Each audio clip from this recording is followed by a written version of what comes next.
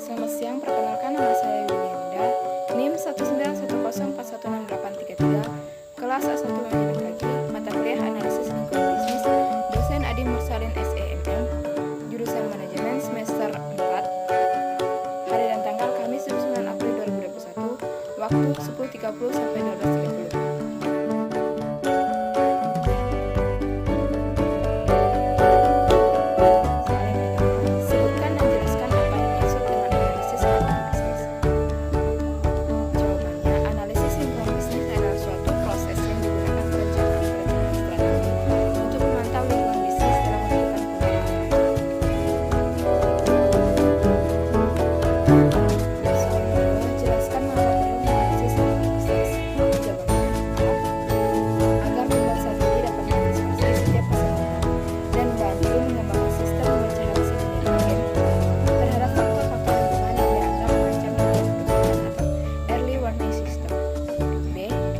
Dapat mengefektifkan proses manajemen strategi karena dengan melakukan analisis lingkungan yang akan diperoleh lebih efektif. C. Untuk membantu manajer dalam meramalkan dampak lingkungan bisnis terhadap perkembangan perusahaan. Soal ketiga, jelaskan apa yang dimaksud dengan pensil. Jawabannya, pensil analisis adalah metode manajemen risiko yang digunakan untuk mengevaluasi lingkungan eksternal bisnis. Apa yang dimaksud dengan non-market strategi? Jawabannya, non-market strategi adalah aspek sosial, politik, dan berbagai peraturan pemerintah yang memberikan tekanan terhadap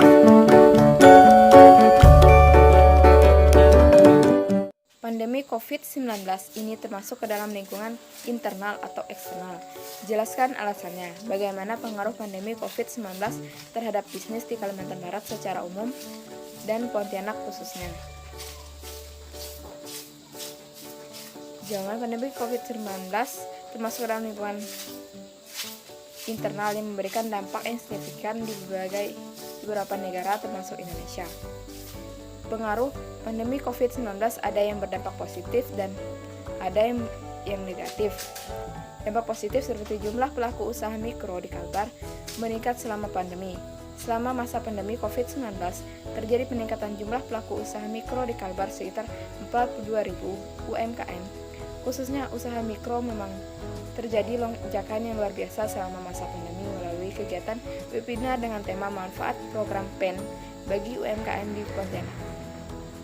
Berdasarkan data tahun 2019, jumlah pelaku usaha mikro di Kalbar sebanyak 54.000. Namun dengan bantuan pemerintah pusat terkait bantuan untuk pelaku usaha tercatat 96.000 pelaku usaha mikro yang mengajukan bantuan tersebut dan jumlah ini akan terus bertambah. Untuk jumlah pelaku usaha kecil yang ada di Kalimantan Barat sangat pada bulan Desember 2019 kemarin sebanyak 12.000 lebih dan pelaku usaha mikro sebanyak 54.000. Kemudian untuk pelaku usaha menengah sebanyak 1.256 orang. Dengan program bantuan bagi UMKM yang menggelontorkan pemerintah pusat untuk memulihkan ekonomi pelaku usaha di masa pandemi, jumlah pelaku usaha mikro di Kalbar bertambah menjadi 96.000 lebih, dan ini kembali bertambah karena masa ada pembukaan untuk bantuan program ini. Dalam tataran ekonomi global, pandemi COVID-19 memberikan dampak sangat signifikan pada perekonomian dunia, sementara fundamental perekonomian Indonesia pun belum kokoh. Hampir 98% sektor usaha mikro, kecil, dan menengah atau UMKM di Kalimantan Barat terpukul akibat pandemi COVID-19. Pemerintah mengambil langkah untuk memulihkan ekonomi dengan memberikan bantuan kepada para pelaku usaha sebagai salah satu strategi pemulihan bisnis bagi UMKM di masa adaptasi kebiasaan baru termasuk Kalimantan Barat adalah untuk memastikan agar leading sector di tataran provinsi, kabupaten, atau kota berperan dominan mengawal kebijakan UMKM dengan memastikan ada dukungan stakeholder strategi atau reputable di tataran nasional, provinsi, kabupaten, atau kota untuk secara bersama menyukseskan percepatan kesejahteraan dan pembangunan di Kalbar. Melalui kebijakan ini juga diharapkan UMKM Kalbar bisa berkontribusi meningkatkan perekonomian Indonesia yang semakin kokoh di tahun-tahun mendatang. Terlebih, Kalbar mempunyai komoditi atau produk unggulan yang bernilai ekspor di tingkat desa, kecamatan, kabupaten, atau kota, hingga provinsi yang diyakini mampu bersaing di pasar global. Untuk menyelaraskan dua kelembagaan pemerintah yang berurusan langsung dengan UMKM, yakni Kementerian Koperasi UMKM RI, memberikan 3 stimulus bagi UMKM di masa pandemik, yakni gelontorkan pembayaran pinjaman,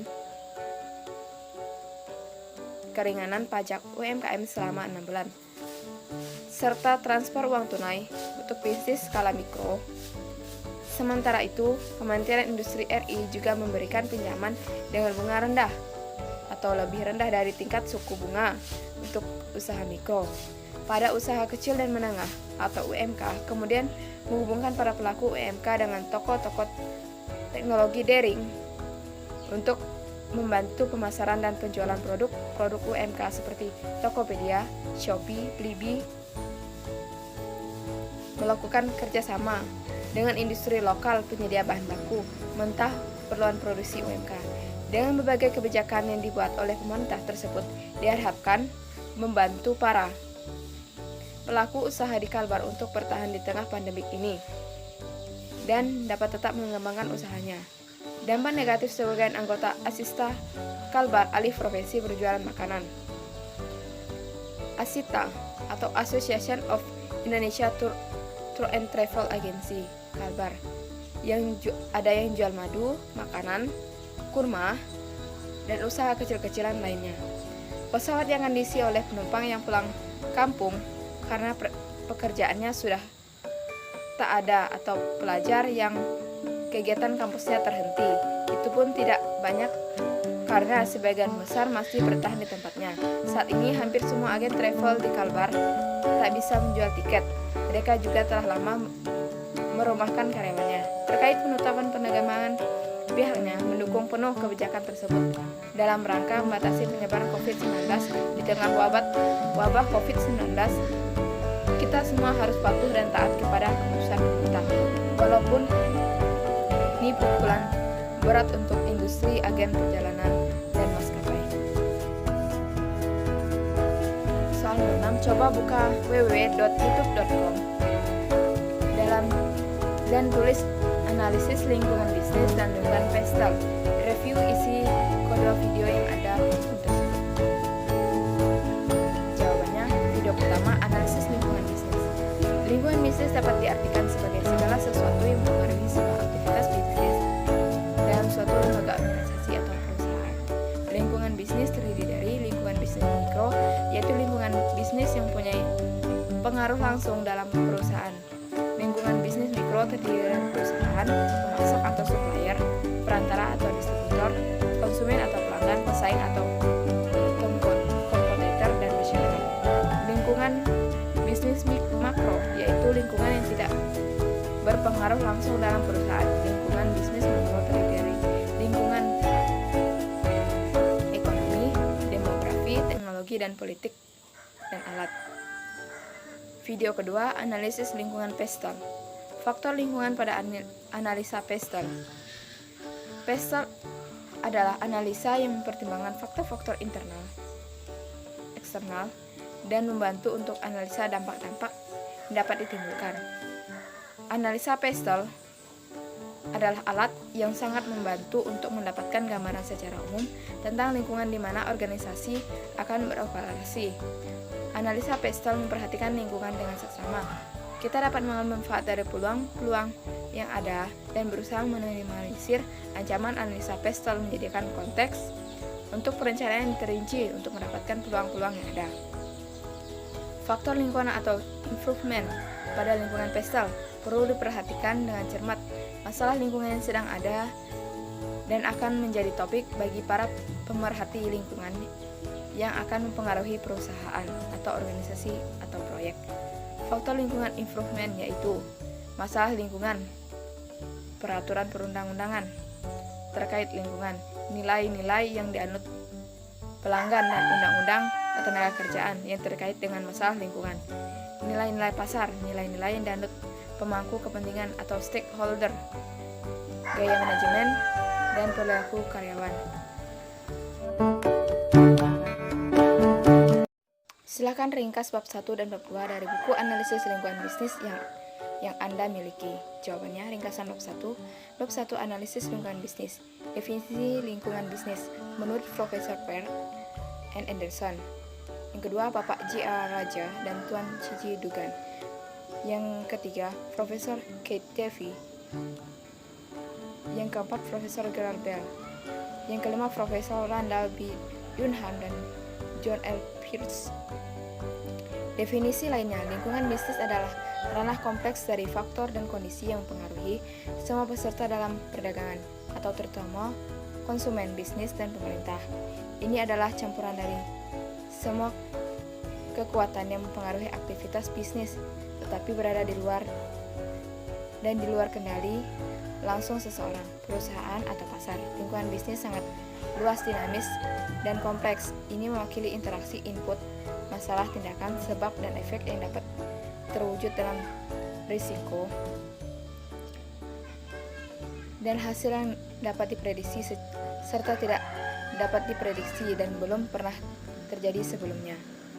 Pasar adalah konstruksi buatan manusia yang menyatukan tiga pemain utama, konsumen, bisnis, dan pemerintah dalam pertukaran barang atau jasa atau ide. Yang berikutnya, bisnis dan lingkungannya. Sebuah bisnis bergantung pada faktor internal dan eksternal. Tentu, faktor-faktor ini diperlukan sebagaimana mestinya, dan badan usaha diharapkan beroperasi di bawah seperangkat sistem lingkungan tertentu. Faktor ini umumnya tidak dapat dikendalikan dan di luar kendali perusahaan bisnis dan perilaku operasionalnya. Suatu organisasi berinteraksi dengan berbagai kekuatan yang ada di lingkungannya. Ini mungkin dalam hal menerima input, mengambil output, dan menggunakan umpan balik untuk modifikasi masukan dan proses transformasi. Dengan demikian, organisasi bisnis menangani lingkungan dengan melakukan transaksi berikut. Kedua, mereka menerima input produsen, menerima bahan mentah, pialang, saham, menerima informasi keuangan terbaru, dan otoritas lokal menerima data tentang kebutuhan produk.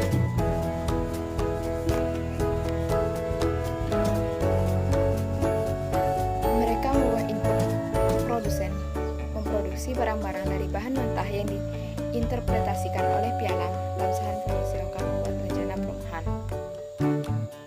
Mereka menghasilkan hasil pabrik, menjual produk hasil pialang, dan saham produk lokal, membangun rumah. Yang ketiga, lingkungan bisnis yang dinamis. Persaingan global pada dasarnya adalah elemen yang tidak terkendali di lingkungan eksternal. Dalam beberapa situasi, bagaimanapun perusahaan dapat mengaruhi peristiwanya eksternal melalui strateginya. Misalnya, perusahaan farmasi besar Amerika Serikat telah berhasil mendapatkan Food and Drug Administration (FDA) untuk mempercepat proses persetujuan untuk obat baru. Pengaruh ekonomi. Fluktuasi tingkat aktivitas ekonomi menciptakan siklus bisnis yang mempengaruhi bisnis dan individu dalam banyak hal. Ketika ekonomi tumbuh dan misalnya tingkat pengangguran rendah dan tingkat pendapatan naik, inflasi dan suku bunga adalah bidang lain yang berubah sesuai dengan aktivitas ekonomi. Pengaruh politik dan hukum. Iklim politik suatu negara merupakan faktor penting lainnya yang perlu dipertimbangkan oleh para manajer dalam melakukan operasi bisnis sehari-hari. Jumlah kegiatan pemerintah, jenis undang-undang yang disahkan, dan stabilitas politik umum suatu pemerintah adalah tiga komponen iklim politik. Pemerintah negara bagian lokal juga menggunakan kendali atas bisnis, mengenakan pajak, mengeluarkan piagam perusahaan dan izin usaha, menetapkan peraturan zonasi dan peraturan serupa. Kami bahas lingkungan hukum secara lebih terinci dalam lampiran terpisah. Faktor demografi. Faktor demografis merupakan faktor yang tidak dapat dikendalikan dalam lingkungan bisnis dan sangat penting bagi manajer. Demografis adalah studi tentang statistik vital orang, seperti usia, jenis kelamin, ras dan etnis, serta lokasi. Demografi membantu perusahaan menentukan pasar untuk produk mereka dan juga menentukan ukuran dan komposisi tenaga kerja. Perusahaan menyadari nilai memperkerjakan tenaga kerja yang beragam yang mencerminkan masyarakat kita. Daya beli minoritas juga sangat meningkat secara signifikan dan perusahaan mengembangkan produk dan kampanye pemasaran yang menargetkan kelompok etnis yang berbeda. Faktor sosial sikap, nilai etika, dan gaya hidup kita mempengaruhi apa, bagaimana, gimana, dan kapan orang membeli produk atau layanan. Mereka sulit untuk memprediksikan dan definisikan dan diukur karena mereka tidak bisa sangat subjektif. Perkembangan ini meningkat pendapatan keluarga, meningkat permintaan akan barang dan jasa yang menghemat waktu, mengubah pola belanja keluarga dan mempengaruhi kemampuan individu untuk mencapai keseimbangan kehidupan kerja. Keseimbangan menjadi mudah IHRR. Dalam industri yang didorong oleh tenggat waktu dan detail, sulit untuk membayangkan keseimbangan antara pekerja dan kehidupan sehari-hari untuk karyawan penuh waktu dan staf musiman berbasis di Kansas City, Missouri, dan dibangun di atas budaya, memberikan layanan-pelayanan yang luar biasa. HRR blok baru ini dinobatkan sebagai bisnis Amerika Serikat teratas dengan keseimbangan kehidupan kerja terbaik oleh situs pencari kerja online. Teknologi. Penerapan teknologi dapat merangsang pertumbuhan di bawah kapitalisme atau sistem ekonomi lainnya. Teknologi adalah penetapan keterampilan dan pengetahuan sains dan teknik untuk memecahkan masalah produksi dan organisasi. Perangkat lunak baru yang meningkatkan produktivitas dan mengurangi biaya dapat menjadi salah satu aset perusahaan yang paling berharga. Produktivitas adalah jumlah barang atau jasa yang dapat diproduksi oleh seorang pekerja. Konsep lingkungan bisnis. Lingkungan bisnis adalah kumpulan kondisi, peristiwa, dan pengaruh yang mengelilingi dan pengaruhi atau devis. Demi kesederhanaan dan kekuatan lingkungan dapat diklasifikasikan menjadi dua kategori, lingkungan internal dan lingkungan eksternal. Lingkup lingkungan bisnis. Lingkungan organisasi berkaitan dengan kekuatan berbeda yang memiliki pengaruh langsung pada kinerja organisasi bisnis. Dalam proses ini kita umumnya masukkan lingkungan spesifik dan lingkungan umum, lingkungan terkendali dan lingkungan tak terkendali, lingkungan makro dan lingkungan mikro. Lingkungan bisnis. 5 kebutuhan utama penting bagi perusahaan bisnis untuk terus mengetahui tentang lingkungan sekitarnya, karena jika suatu badan usaha menyadari bahwa lingkungan menjadi tidak bersahabat, maka secara individu dan bersama dengan badan usaha lain dapat melakukan upaya untuk membuat lingkungan menjadi ramah sesuai dengan kebutuhan bisnis.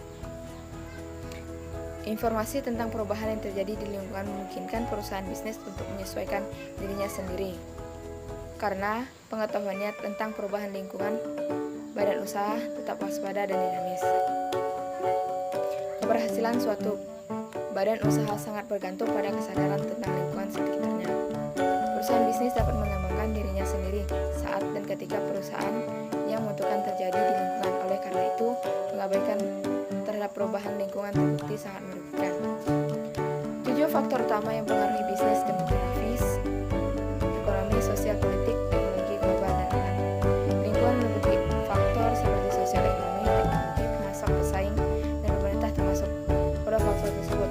Faktor total yang mempengaruhi bisnis adalah faktor demografis, yang kedua faktor ekonomi, yang ketiga faktor sosial, yang keempat faktor politik, yang kelima faktor teknologi, yang keenam faktor global atau internal, yang ketujuh faktor teknologi atau alam. 4 fitur utama lingkungan bisnis: lingkungan dinamis, lingkungan multidimensi, lingkungan kompleks, dan lingkungan mempengaruhi organisasi. Lingkungan bisnis mengandung banyak fitur. Fitur-fitur tersebut adalah sebagai berikut: lingkungan itu dinamis, lingkungan multidimensi, lingkungan itu kompleks, lingkungan mempengaruhi organisasi. Gagasan bab 2. Bab 2. Lingkungan pasar dan bukan pasar. Lingkungan bisnis. Lingkungan bisnis terdiri dari komponen pasar dan bukan pasar. Lingkungan pasar mencakup interaksi antara perusahaan, pemasok, dan pelanggan yang diatur oleh pasar, dan kontrak interaksi ini biasanya melibatkan transaksi ekonomi yang dilakukan secara sukarela dan pertukaran proprietary. Fokus manajemen di lingkungan bukan pasar adalah bagaimana perusahaan mobil dapat berpartisipasi secara efektif dan bertanggung jawab dalam mengelola isu-isu publik dan privat ini sehingga isu-isu ini dapat diatasi. Peran manajemen. Manajemen yang sukses membutuhkan kerangka kerja untuk menganalisis isu-isu non-pasar, prinsip-prinsip yang digunakan dan strategi mengantisipasi kerangka kerja. Prinsip dan strategi ini memungkinkan manajer untuk mengantisipasi pasar secara sistematis dan memandu perusahaan dengan sukses dan bertanggung jawab di lingkungan bukan pasar mereka. Dalam merumuskan strategi bukan pasar, manajer dapat memanfaatkan keahlian pengacara, spesialis komunikasi, dan spesialis hubungan masyarakat. Manajer bagaimanapun pada akhirnya harus mengevaluasi kualitas saran yang mereka terima dan menggabungkannya dengan pengetahuan mereka sendiri yang berkaitan dengan pasar dan lingkungan bukan pasar. Lingkungan pasar dan lingkungan bukan pasar. Baik lingkungan pasar dan lingkungan non-pasar dari suatu bisnis adalah bersifat bersaing dalam lingkungan pasar. Perusahaan bersaing melalui pasar atau strategi bersaing mereka. Dalam lingkungan bukan pasar, undang-undang, peraturan, keputusan administratif, dan tekanan publik adalah hasil dari kompetisi yang melibatkan individu, aktivis, kelompok kepentingan, dan perusahaan. Dalam lingkungan pasar, strategi ditengahi oleh pasar. Sedangkan di lingkungan bukan pasar, strategi ditengahi oleh lembaga publik dan swasta, termasuk legislatif, pengadilan, dan badan pengatur, dan sentimen publik. Analisis lingkungan bukan pasar. Lingkungan bukan pasar perusahaan dikarakteristikkan oleh 4I, yaitu isu atau persoalan adalah unit dasar analisis atau fokus dari tindakan non-pasar. Interest atau kepentingan mencakup individu atau kelompok dan preferensi tentang atau kepentingan masalah. Institution atau institusi didefinisikan oleh Thomas pada tahun 1990 sebagai aturan main dalam masyarakat yang membentuk interaksi manusia, institusi, pemerintah, termasuk entitas seperti badan legislatif dan badan pengatur. Information atau informasi berkaitan dengan risiko yang terkait dengan produk individu dan dengan teknologi itu sendiri. Lingkungan bukan pasar industri, mobil, atau otomotif. Bagian yang mengintegrasi isu tertentu yang dihadapi industri otomotif dan kemudian mengidentifikasi interest, institution, dan information yang terkait dalam masalah yang dihadapi industri otomotif. Isu atau peraturan penghemat bahan bakar pada tahun 2012 sampai tahun 2016 Amerika Serikat. Peraturan hemat bahan bakar tahun 2017 sampai 2015 Amerika Serikat. PSA dan FCA, gabungan kekuatan dari Asosiasi Mobil Ford yang hemat BBM. Peraturan hemat bahan bakar China, regulasi hemat bahan bakar Uni Eropa, pajak bensin, standar keselamatan lalu lintas, pengingat keamanan, peraturan keselamatan, tanggung jawab produk, perjanjian waralaba, perdagangan internasional. Tarif atau Cina terdiri dari sengketa perdagangan dan bantuan bencana. Emisi terdiri dari subsidi, kekayaan intelektual, protes lokal, hak tata kelola, union bergeni, informasi konsumen, media berita, kepentingan institusi, perubahan dan lingkungan bukan pasar, detail rekomendasi dan mengantisipasi perubahan dalam lingkungan bukan pasar. Siklus hidup masalah bukan pasar. Siklus hidup masalah bukan pasar menghubungkan tahap perkembangan masalah dengan dampaknya pada perusahaan. Secara khusus, siklus hidup masalah bukan pasar tidak mengidentifikasi faktor penyebab timbulnya masalah dan kemajuan dari suatu masalah. Masalah bukan pasar dapat berkembang melalui 5 tahap. Yang pertama, identifikasi masalah.